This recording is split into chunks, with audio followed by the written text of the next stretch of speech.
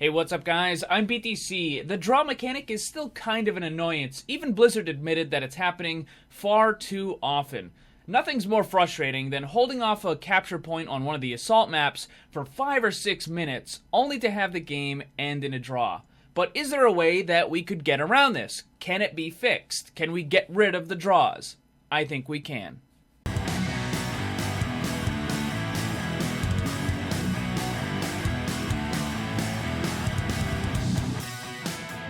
The current situation in competitive games is a lot better than what it was. I don't think anyone enjoyed the incredibly broken coin flip mechanic that we used to have. Playing through a match for 20 minutes only to have it decided by an RNG coin flip was not fun. The current system we have now is a little bit better, but it's still very unsatisfying for all the players involved. Now instead of having a coin flip, we simply get a draw. Again, while it's not as bad as before, it still feels like a complete waste of time. With Season 4, there is another change that has been made in order to make draws happen less often. Over on the official Overwatch website, Blizzard made a post, so let me read that for you real quick. It says, "This season, we've implemented a respawn time delay that's activated when the attackers outnumber the defenders on a contested point. If the point hasn't been captured and the defense hasn't regained the advantage after a specified time, the defender respawn timer will slowly begin to increase until it hits its maximum value. If the defense manages to gain the upper hand, then the timer resets to 0. Now, unfortunately, Blizzard has a bad habit of not giving us enough information about these sorts of things. They simply don't tell us how long the specified time is, or how much the defender respawn timer will increase by, or even what the maximum value is. We pretty much have to guess. A little while ago, Blizzard addressed some of the concerns about the large number of draws that players were seeing. Over on the official forums, Jeff Kaplan made a post, so I'm going to read that for you right now. It says, "We've had a lot of discussion about the mode this week." He's talking about competitive and assault. "We're talking about some potential changes, but we still want to talk things through a bit before making immediate changes. One of the problems we're interested in solving is lowering the rate that draws occur in assault. The worst offender is Hanamura. On a bad week, the map can draw as much as 18% of the time. To put the number in perspective, control maps draw 0% of the time, payloads also draw 0%, and hybrids draw an average of 5.75% of the time. Your overall chance of a draw in competitive mode is 5.45%, which seems more than acceptable to us. I wouldn't go so far as to say that draws happen every time on an assault, or even that draws are rampant. Statistically, that is false, but we think that we have some strong ideas to try out when it comes to reducing the draws in assault. We have some other problems we're taking a look at as well, but overall we like assault as a mode, and we think that the maps provide a lot of exciting Overwatch moments. We're always looking to improve all parts of the game, and assault is included in that." So those are the changes Blizzard made, and that's why they did it. And while it certainly will prevent defending teams from stalling out a point, it's not actually going to decrease the amount of games that end in a draw for the assault maps. Now, for the hybrid maps, I think it will. It will probably go from the 5.75% chance of a draw in a hybrid map. I'm guessing it's probably going to drop to less than 1%, which is pretty good. But for the assault maps, it's not going to do anything. The reason for this is because in the hybrid map, the hurdle is capturing that first point, like on Hollywood or Nubani, capturing that payload and then moving it.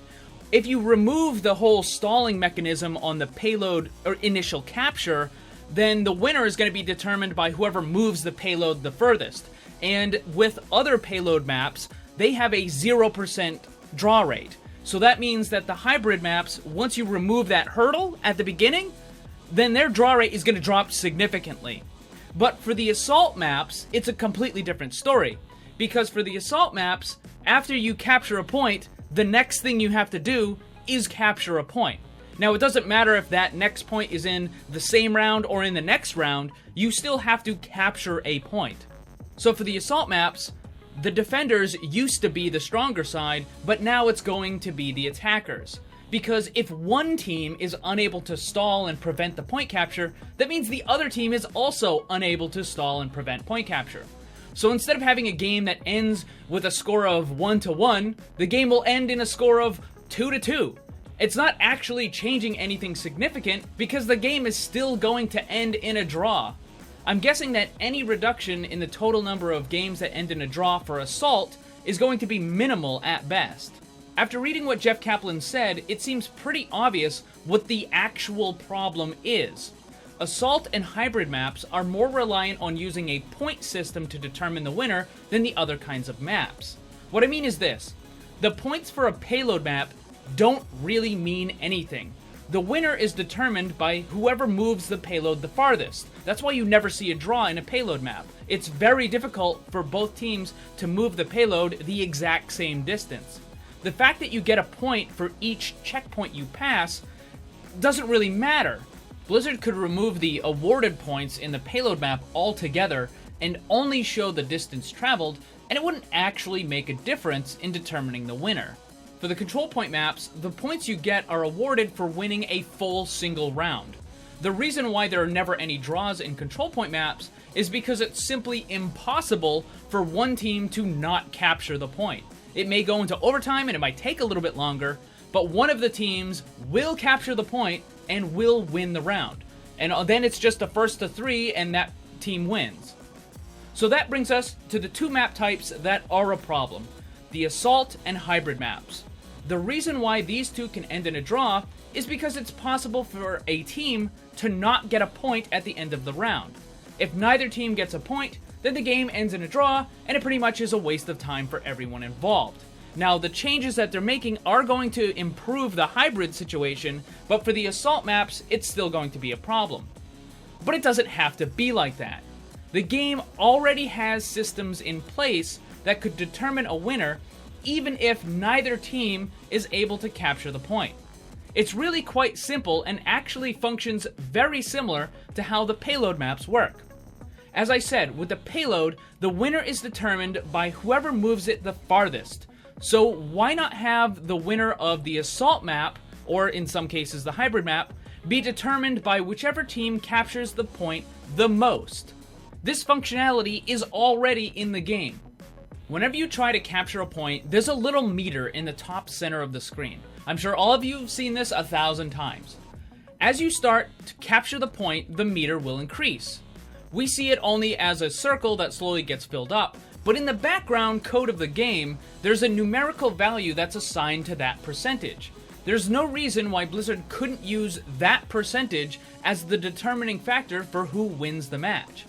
For example, if both teams have the same number of points, but Team 1 captures that last point for 80%, and Team 2 captures it for only 60%, then the match winner should be Team 1. Just like how a payload match can be determined by moving the cart even as little as 1 inch further than the other team, why can't the Assault, and in some cases hybrid maps, be determined by whoever captured the point the most? Now, it's possible that both teams could capture it for 80%, but that's extremely unlikely. In that case, you could have the game end in a draw, but that would be extremely rare. Or, if you really wanted to go even further and say if both teams captured it for the same percentage, let's say 80%, then whichever team held it for the longest would win. Meaning if both teams got it all the way up to 80%, and one team held it there for 10 seconds, and the other team held it there for 5 seconds, then the team that held it for 10 would win. I think something like that would be an extremely rare case, but it would still further prevent having to end the game in a draw. Now, I know some of you might think that what I just suggested is complicated, but also keep in mind, everything that I suggested, all the tracking, all the measurement, all that stuff, all that functionality, is already built into the game. It's already there. Blizzard could simply use it to eliminate the draw mechanic entirely. I would like to see the draw go away forever. I don't think it has a place in competitive at all. But anyways, let me know what you guys think. Leave your feedback in the comments section down below. But that's going to be about it for this one. Thank you very much for watching. Hit that like button, share it with your friends, and subscribe because there's lots more Overwatch on the channel. Remember, always blame the controller because it's never your fault.